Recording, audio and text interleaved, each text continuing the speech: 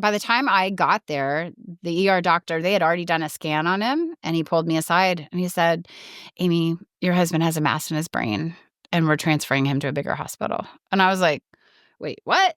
I can't get past this. I'm so shocked. When my father was in the hospital with leukemia, the doctor came to meet me. I slept overnight at the hospital. And he came down about 9 o'clock in the morning and he said, all right, here's the scenario. He's not going to make it. There's nothing else we can do. We've exhausted all the options. Let's go in and tell him. And he was literally about to open up the door and just, hey, by the way, sorry to let you know, we helped you out for 6.5 years. End of the road. There was a time much closer to when my husband did pass away that he was in the car with our oldest daughter. She told me this story later and he said to me, I'm really excited to go. This is the Buried in Work podcast, where we share tips and interview experts to help you simplify estate planning and end-of-life tasks. Amy Shaw never set out to become an expert in navigating life's hardest goodbyes, but life had other plans. While raising 10 children, that's 4 biological and 6 adopted, 5 with special needs, she found herself walking an unimaginable road with her husband, or when her husband was diagnosed with terminal cancer. Instead of letting fear and grief consume her, Amy made a choice to embrace the journey with love, intention, and a deep commitment to living fully until the very end. That experience became the foundation for Walk the Red, which is a wonderful resource for both caregivers and individuals facing terminal illness. And today we are here with Amy to chat about her journey, to chat about Walk the Red. Amy, it's great to have you here. Thank you. I'm excited to be with you. Yeah. No, let's start with the family. You didn't just build a family, you crafted one. You blended biological and adopted children, different cultures, different abilities. What led you to adoption? What did that journey teach you about love, resilience, and how you got to where you are today? That's a loaded question. It'll probably take me 20 minutes to answer, so I'll try to be brief. We have time. Take all the time you need. We set out to have a large family. I did dream of 10. He thought 4. So we kind of met in the middle and thought 6. But our journey having babies the traditional way wasn't really as straightforward as it is for many people. It took me a while to become pregnant. And then I did, and it was easy. And, well, the labor wasn't easy. I will always remember that. That was a 39-hour labor. Oh, my gosh. That child did not want to come out. But she was born healthy, and then it was kind of like every time it took some time to get pregnant. But I did get pregnant with my heart's desire of twins next. And then in the 5th month, I learned that one of the twins actually was no longer living. Which was really devastating. So we kind of went through this for 9 years. We went through have a baby, lose a baby, have a baby, lose a baby. And actually, the most significant one was at 39 weeks of 40 weeks of pregnancy. You know, I had made it past that 5-month mark where I thought, okay, because I had lost a baby in the first trimester as well. And I just never saw that happening. But it was the 39th week, and I didn't feel any movement. And I thought, boy, it's been a while. But, you know, I had kids. We were at the park. We were playing all day. But I had a friend who was an OBGYN, and she told me, you know, if this happens, you know, drink some juice, lay on your left side, wait for 30 minutes. Usually that wakes the baby up. But nothing did. And so she told me to go to the ER, and we learned that he was gone. Actually, I didn't know it was a boy. That was the one pregnancy I had held out because my husband always wanted to know. And so, yeah, we learned that the baby was gone. At that time, we didn't know why. And I had to deliver. And that was devastating, obviously. But that was probably the first time. Actually, this is important. It was the first time that I held joy and sorrow at the same time because I didn't know what my baby was. And even though I delivered as stillborn, I had a swell of joy that it was a boy because I didn't know. And I remember in that moment being so like, how is it possible to have this overwhelming joy and yet this devastation that I don't get to raise him? So, yeah, the drive home from that hospital with an empty baby carrier, my brother-in-law went over to our house and took the crib down so that when we got there, you know, there are just some real intense hardships about losing a baby like that. And that really rocked our world. And then it was another 2 years before my body would become pregnant again. And then that final pregnancy was just, I was a mess. I was an emotional, anxious mess. What if this happens again? And I had a really amazing doctor who let me come in anytime I wanted for an ultrasound. And I made it. I made it through that pregnancy, and I delivered a healthy baby girl. So we took 9 years to get to 4 kids, and that was exhausting. And honestly, through that final pregnancy, I knew I couldn't do this again. Emotionally, I couldn't do it again. And so that was such a sadness to me because I did want this large family. It was really on the heels of, we were still dealing with that loss. It was such an interesting thing to have a live baby, but it didn't replace the baby that we lost. Just like, honestly, having the twin didn't replace the twin that was gone.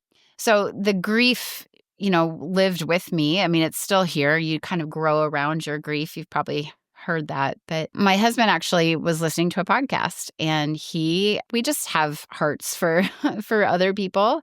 And he was listening to just the needs of Sub-Saharan Africa, that with the AIDS crisis, that this whole generation of people were just dying out, and they had babies, and the elders in the community were taking care of these babies. But we all know that death comes, and so there was going to be this, massive generation without parents. And so he called me from work one day on a Monday, and he said, "Would you ever consider international adoption?" What year was this?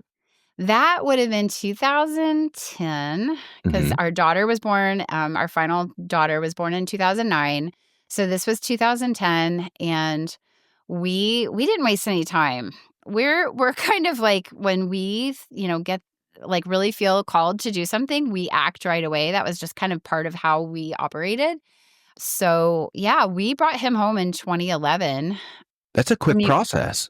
From Uganda. Yes, especially when you've never done adoption. And it was pretty crazy. I did a lot of networking on Facebook, and it was a quick process for sure. And then from there, I had felt like, we have more kids. We have more kids out there. And we had actually been approved for 2 children from Uganda, and we were referred, one from one baby home and one from another baby home. And the second baby home, there was just something not right. And when we went, we visited, and we were like, oh, you couldn't really put your finger on it, but you could just feel that something wasn't right. And so we made a decision that we would just go ahead and adopt our son. What do you mean by that? So when you say you went into the home and something wasn't right, can you try and explain it just a little bit? There was, and probably still is, a lot of underhanded money-making things that are, children in orphanages that maybe are not actually orphaned. And, people seeing a quick way to make money off of an American. So there was, it didn't feel right. It didn't feel right. Okay.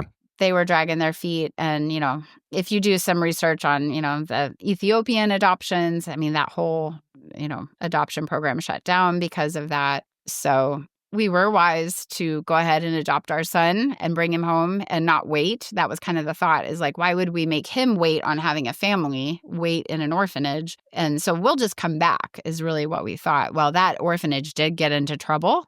And so it was over. So we had actually lived overseas in China before. And so that was a natural place for us to consider. And, Chinese adoption has been in play for a while. Now it's actually off the table completely, but this was during that window of time. So our son's adoption, the way it worked when we lived in Ohio is he had to live with us for 6 months before we could complete his adoption. So he was fully adopted in 2012. And that was actually when we began the journey to go get our next child from China. And we brought him home in 2013. So over it was a total of 5 years. We brought 6 children home from around the world. And it was, I always said that I would never get a tattoo because I would probably just go crazy and be all tatted up. So I did it with adoptions. Okay. I actually do have a tattoo, and it's the only tattoo that I have. So all right. I actually do have some restraint. Some restraint. All right. So the restraint kicked in, the family grew. How many Mm. children total, adopted and biological? Yeah, so 6 adopted children and the 4 biological. All right. And So, then what happens?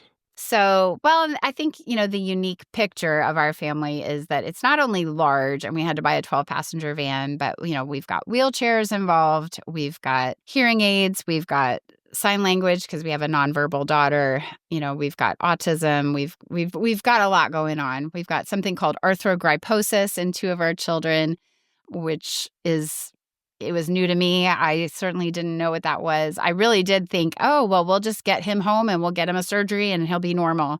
Well, that's actually really not true.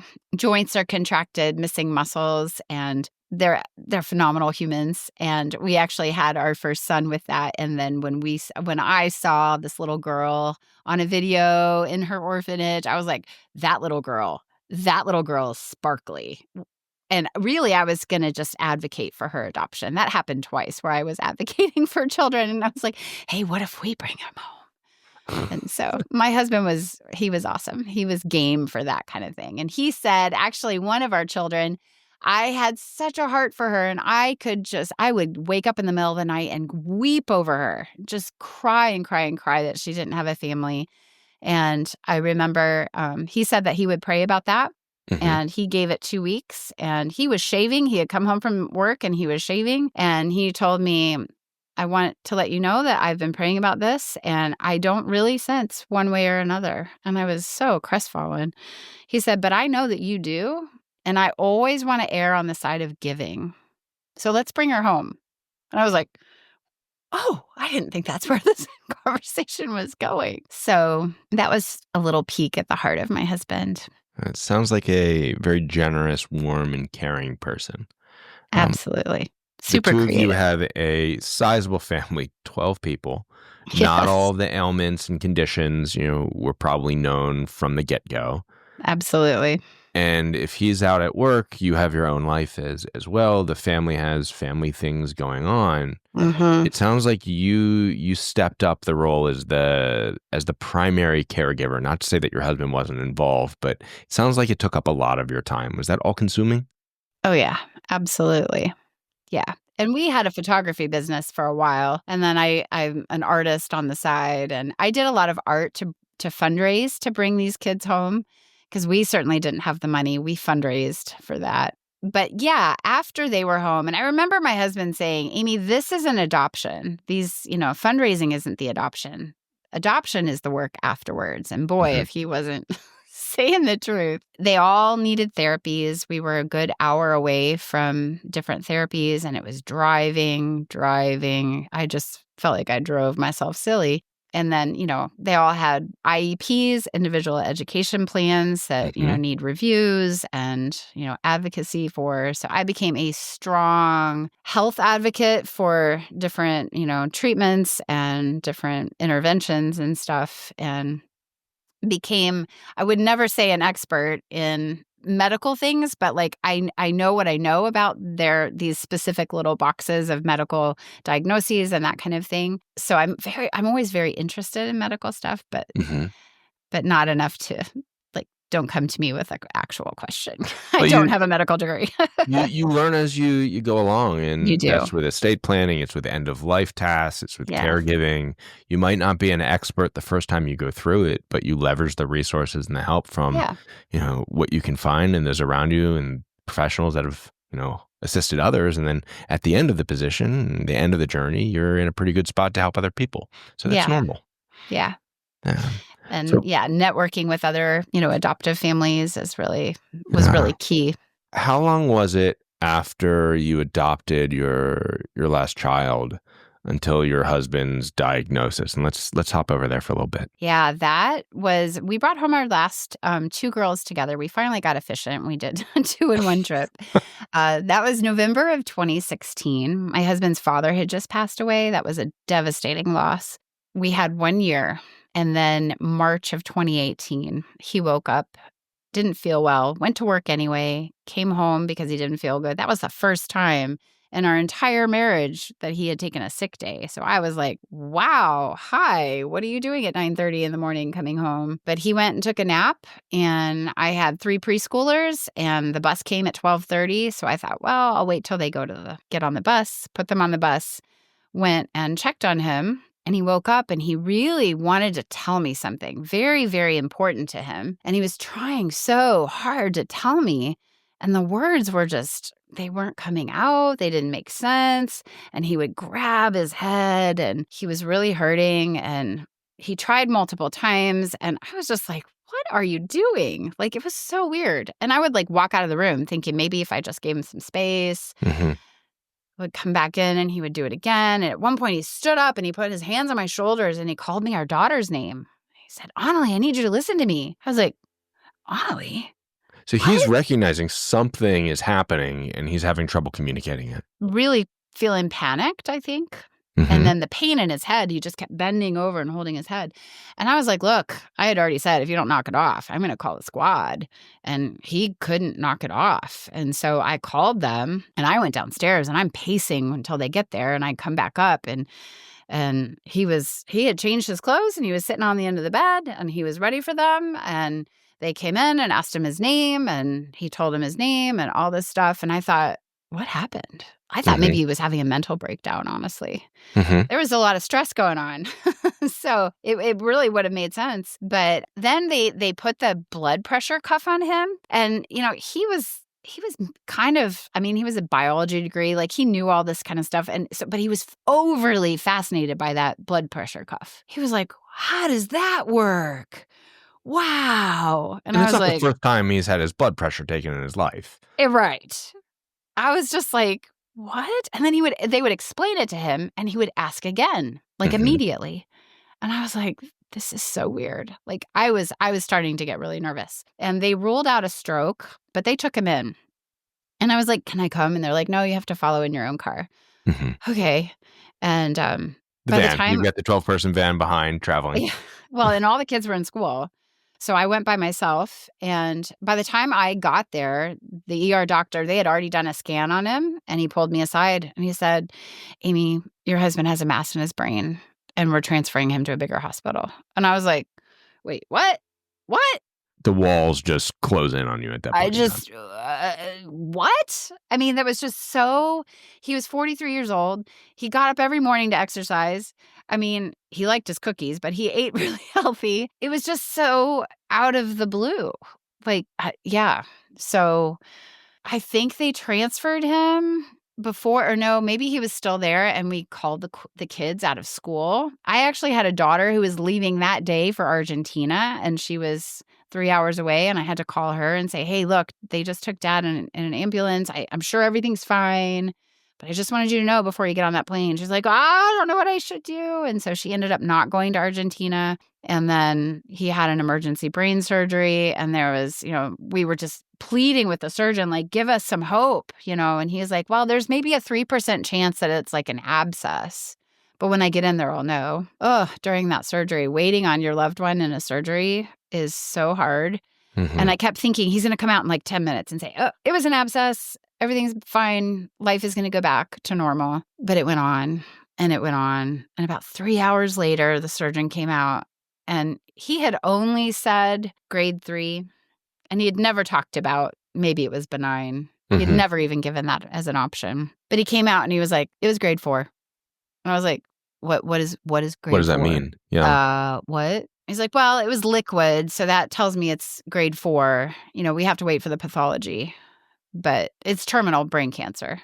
And I'm like, what? I mean, we were so blindsided. That's a word that I've used. There's no other word just never saw that coming. We were speechless and trying to wrap our brains around that. And then when the pathology really did come, then, they had done the DNA testing and they had found out that he actually had the worst kind, that it was unmethylated, it was wild type, and that it's not going to respond to treatment well. And my husband just kept asking, like, is there any chance that my life is going to go back? And the surgeon was just very, very straightforward. No, your life will never be the same.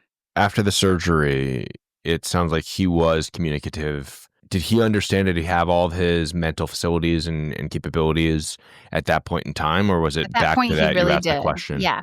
And so the reason that he had trouble speaking was the tumor was over his speech center and Hmm. there was swelling. And so, that swelling was pressing on that area. So the surgeon did an amazing job, got 100% of the tumor out. And so that sounds so hopeful. But he's like, yeah, it's this cancer. It's kind of like if you took black pepper and like blew it all over a white sandy beach You're and never said, getting "Go all the go pepper. pick up all the pepper." Like, you couldn't do it. He said, "That's how this cancer spreads through the brain. So I can't see it, but I got out the tumor. I got 100% of the tumor out." So he was able to, speak and understand. He did go through a period of time early on where he couldn't read things and make sense of it, Hmm. but I didn't know that. And so at that point, in a marriage, you kind of have a natural division of things. And he just took care of the male. And so we actually lost our health insurance for a little period because I thought he had read it and taken care of it, but he read it and it just kind of was like this and our stuff lapsed. But I was It's able to get that back.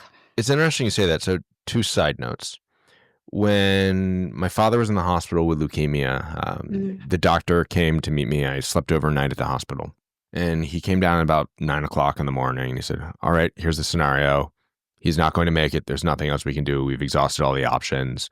Mm. Let's go in and tell him." And he was literally about to open up the door and just, "Hey, by the way, sorry to let you know, we've Yeah. helped you out for 6.5 years. End of the road." Yeah. And I said, "No, we're not doing that." He went, "What do you mean we're not doing that?" I said, "Well, my mom's actually on her way to the hospital right now. Mm. She's going to be in that room when you have that conversation, when we have that conversation." But Mm. I think that's one of the bedside manners that doctors may be able to or might need to work on a little bit. But there's also Mm. probably some benefit to just ripping off that proverbial Yeah. Band-Aid and the factual nature of it, of this is just how it is. So that Yeah. that's a similarity that we can talk about later, maybe. Well, and I feel like, if that's your line of work Hmm. and you're doing that every day and you have other patients, I mean, he doesn't have the time to sit down and hold our hand and say, "I know this is hard to, and really, honestly, that's just his personality. And to be really honest, we didn't like this guy. We Hmm. didn't like him because we didn't like what he was telling us. But what's really cool is we've become great friends with him. And he and his wife had our whole entire family over for dinner before my husband passed. Wow. And I'm still in communication with him today. He's actually Okay. just a dear friend. So if he's listening, she didn't like you at first, but you won her over. Oh, he knows that. All right.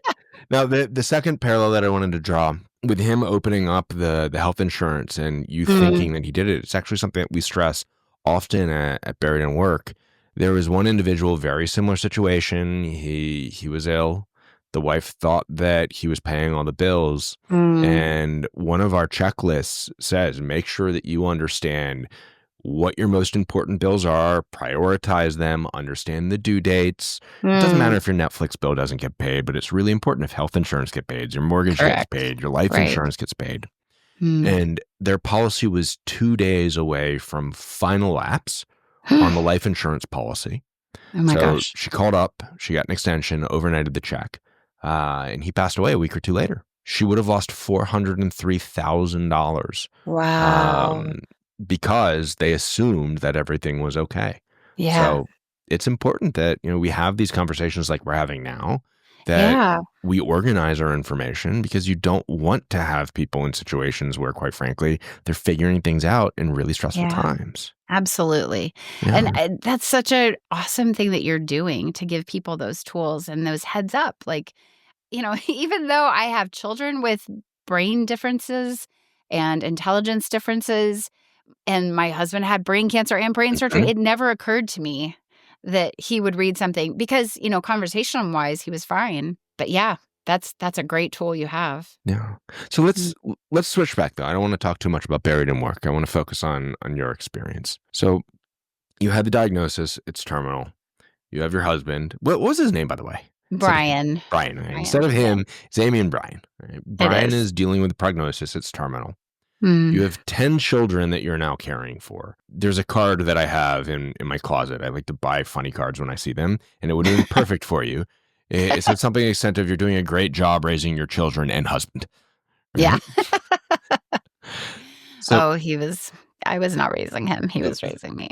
you're raising each other, you're looking out for each other, but Yeah. the word, I guess, is caregiving. You are the caregiver now for your children and your husband. That's a lot. How do you balance those responsibilities without losing yourself in the process? It's a loaded question. And, Yeah. I told you it would be hard. it is it was a struggle, right? I think, so much of in the beginning was just fighting against that terminal diagnosis, fighting against it. Like, I can't get past this. I'm so shocked. And then our friends also, especially friends that had watched us lose 3 babies, watched us go and add children that had all these needs. And, there's some people that feel that, oh, they've done good, then God owes them good. And they were mad on our behalf, really. And, how can this be? You don't deserve that kind of thing. And for us, it wasn't so much that. It was just like, Brian kept saying, like, I'm going to be taken out of the game early. How are you going to do this? He was worried about me being a widow of 10 children, a widow with 10 children. Yeah. And I think that was, when we finally wrapped our brains around this and we involved our kids in this, Brian and I had a really open communication marriage. We talked about everything. And I did more of the talking because I was the extrovert, he was the introvert. But we really worked on that, and we brought our kids in and we sat them down, and I can remember sitting in that circle on the carpet and saying, here's the deal. Daddy has cancer, something called cancer, and he's probably going to die from this. What was the age range of your children at that You know what? point? I have this written down because I was asked earlier. It's hard to remember that, so I have to go to my notes.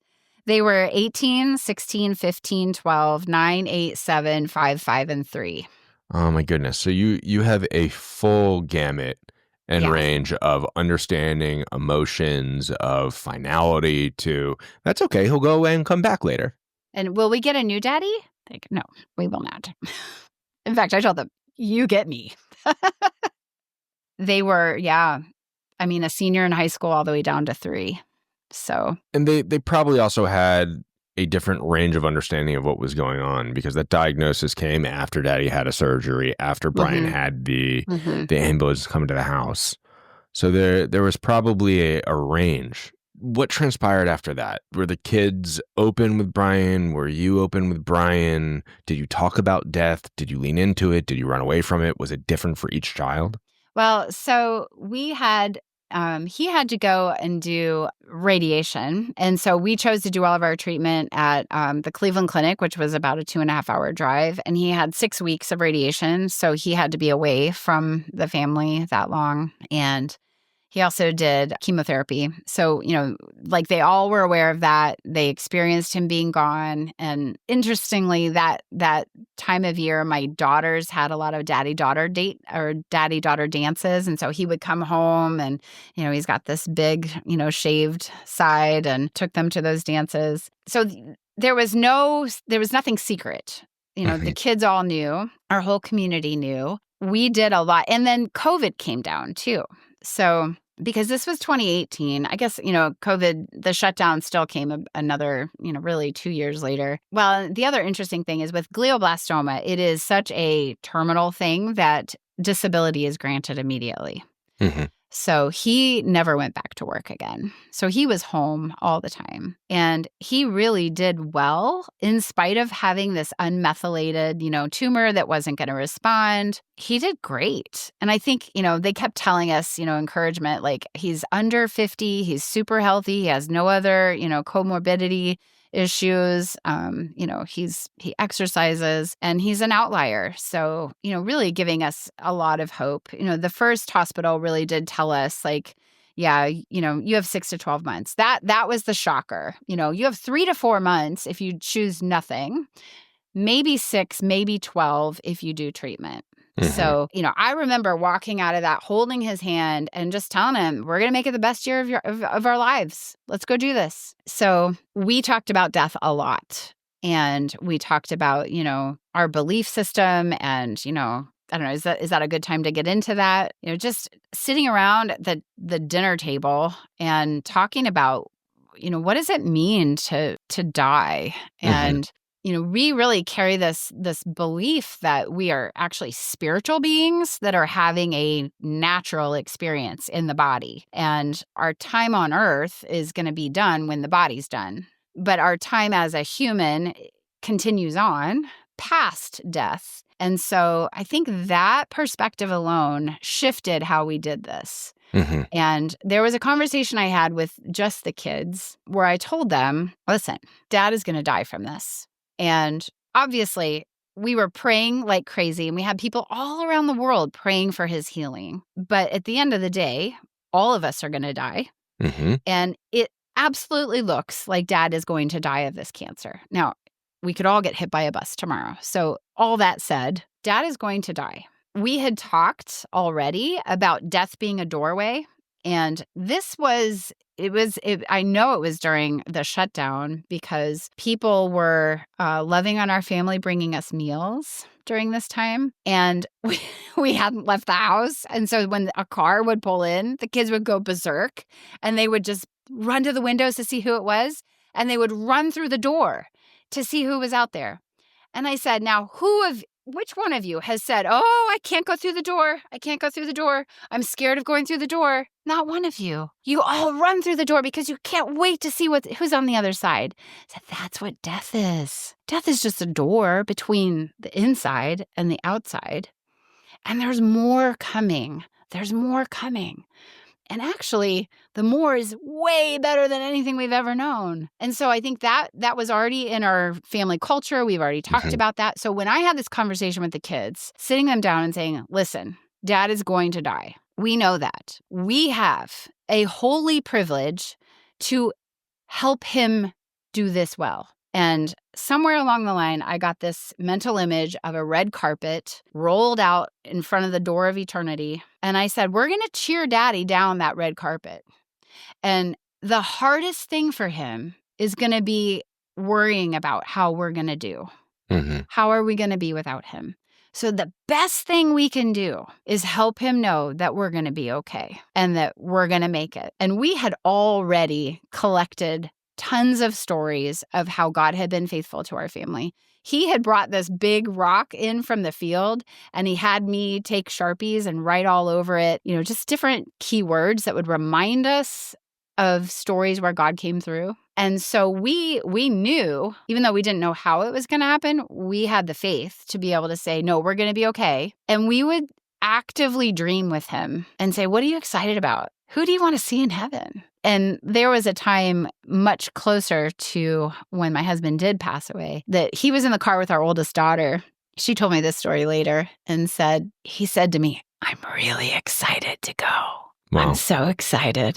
And that sounds like the type of personality that Brian had of really leading with generosity and giving that narrative, because not everybody has that willing and understanding to help other people, especially when they're clearly, concerned and facing challenges. Let's fast forward a little bit and talking about what happened immediately around Brian's death with 10 children, you on your own then. That could be an entire series of episodes in its own right. Absolutely. Let's get past that a little bit, and we'll talk about it a little bit about in your book that we'll talk about. It's called Navigating Goodbye, preview for everybody. But you took this experience, Brian passes away, and you start Walk the Red. And there's a concept there, living and ending well. Can you explain for listeners what Walk the Red is? Yeah. So Walk the Red came from that idea of walking my husband down that red carpet. Actually, somebody had mailed me a red carpet runner. And as a physical, tangible, I had done a Facebook Live, and it ended up being about 13 weeks before his death, where I shared with everybody, because I had kind of gone a little radio silent, and he had a massive, he had a second craniotomy, and then he had a massive seizure.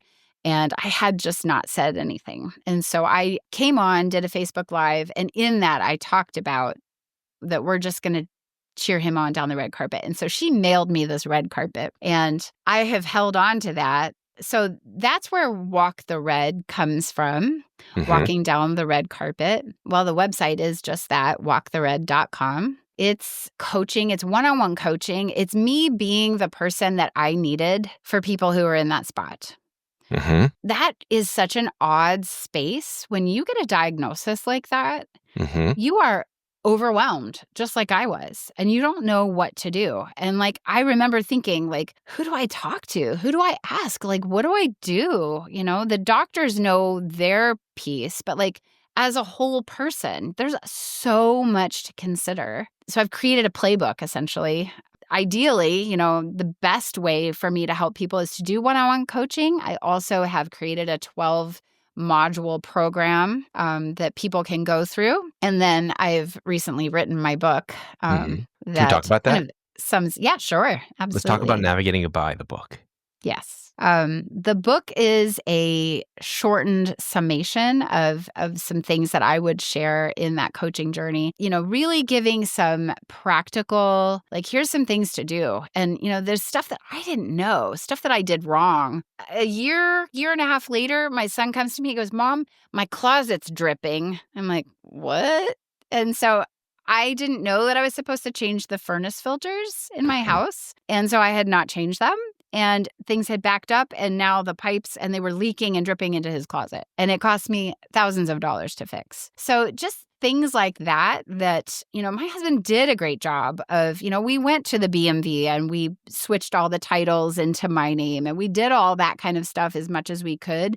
But there were still so many things that are left, you know, undone. So I'm in my book, I've done, you know, some of those kinds of things, I'm guessing kind of maybe overlapping with what you do in Buried in Work. And I'm excited about maybe some kind of collaboration there. Yeah, let's see. For the future. But I've also done some shortcutting for like the medical side, like clinical trials. I didn't know what a clinical trial was. I had no need to know what a clinical trial was. And there's phases and there's arms and, you know, you can be randomized and they may not tell you. You may think you're getting a drug and you're actually not. Like, what? And then there's different, like if you don't take the treatment or if you choose to do something else or if you choose a drug that they offer you and you take it too early, then you're out for, you know, you're not eligible for certain clinical trials. And then, you know, how do you pick them and where are they? And, you know, it just is so overwhelming. So I'm trying in my book, you know, I've got a section on, let me just lay this out for you. This is what I've learned. I did that with hospice. You know, there's just things that I had no need to know at that point. And so I'm just trying to give a playbook to people to say, here's a shortcut. You know, here's everything I didn't know. As well as, you know, here are some things that we did as a family to leave a legacy. My husband did an amazing job of ending well.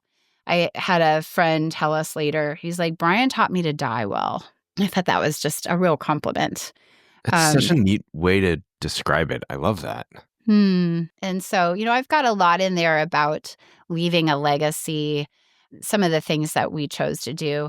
My husband was game for anything. And I remember at some point he was like, hey, you know, he knew that I was a social media person. I was always the manager of all the friendships and that kind of thing. And he said to me at one point, you know, I don't have any pride left. So anything you want to share, feel free. I used to like, is this picture okay? I disagree with that. I think that pride is the wrong word to use there. I've come to terms with everything and let's leverage our experience to help others. Yeah, I like that. You know, it's not a pride thing of, hey, I'm embarrassed. He's not embarrassed. He's recognizing this goes back to the story of your family of growing and adoption and compassion. He just wants to say this is something that's real and it's hurting here and it's probably hurting with others, and let's make their lives a little bit better if we can. Yeah. Thank you for that. Yeah. One of the things that he told us was, if there's anything you want me to do, I'll do anything. I'll do anything for you.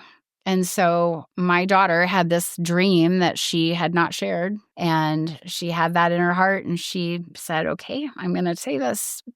Daddy, I'm really worried that you're not going to be here. I mean, there was no way he was going to be here to walk her down the aisle. Would you walk me down the aisle? Would you walk all of us girls down the aisle? And, of course, he was willing to do that. It became a beautiful event. And in fact, it was 4 years ago, about this time, it was in February. He had about 9 weeks left. Of course, we didn't know that at the time. He got a tux. Our church got involved. They decorated the church for us. Oh, my goodness. They provided photographer, videographer. Someone made a wedding cake. Someone else catered it. My oldest daughter wore my wedding gown. My next daughter wore my mom's wedding gown. And then we had smaller children, and we had a nonprofit donate these dresses for them. Beauty comes from the heart. There was another podcast, and I couldn't remember it, so I'm getting it in here now. Beauty Comes from the Heart donated the other dresses. They were little, so some of them were probably, used for flower girl dresses. Yeah. But they all wore veils. Someone made the flowers, and the girls each chose a song, and he walked each daughter down the aisle. And then he prayed for their future marriages. And it's all videoed. And now my oldest daughter's engaged, and she's getting married this summer. And so that video will be played. Wow. I think that's a great way for us to wrap up the chat today. Amy, your story isn't just inspiring, it's transformative, and it reminds us that even in life's hardest moments, you have choices. Yeah. You chose to really lean in, to love deeply, to show up. And the legacy that Brian has left with you through Walk the Red is going to help a tremendous number of people. Now, if you're listening and you want to learn more, go find Amy. She's at walkthered.com. You can pick up a copy of her book. It's on Kindle right now, and I think hard copy is coming soon. It's called Navigating Goodbye. And drop Amy a line. I'm sure she'd love to hear from you. Amy, thanks for joining us today. I would. Thank you so much. It's been great.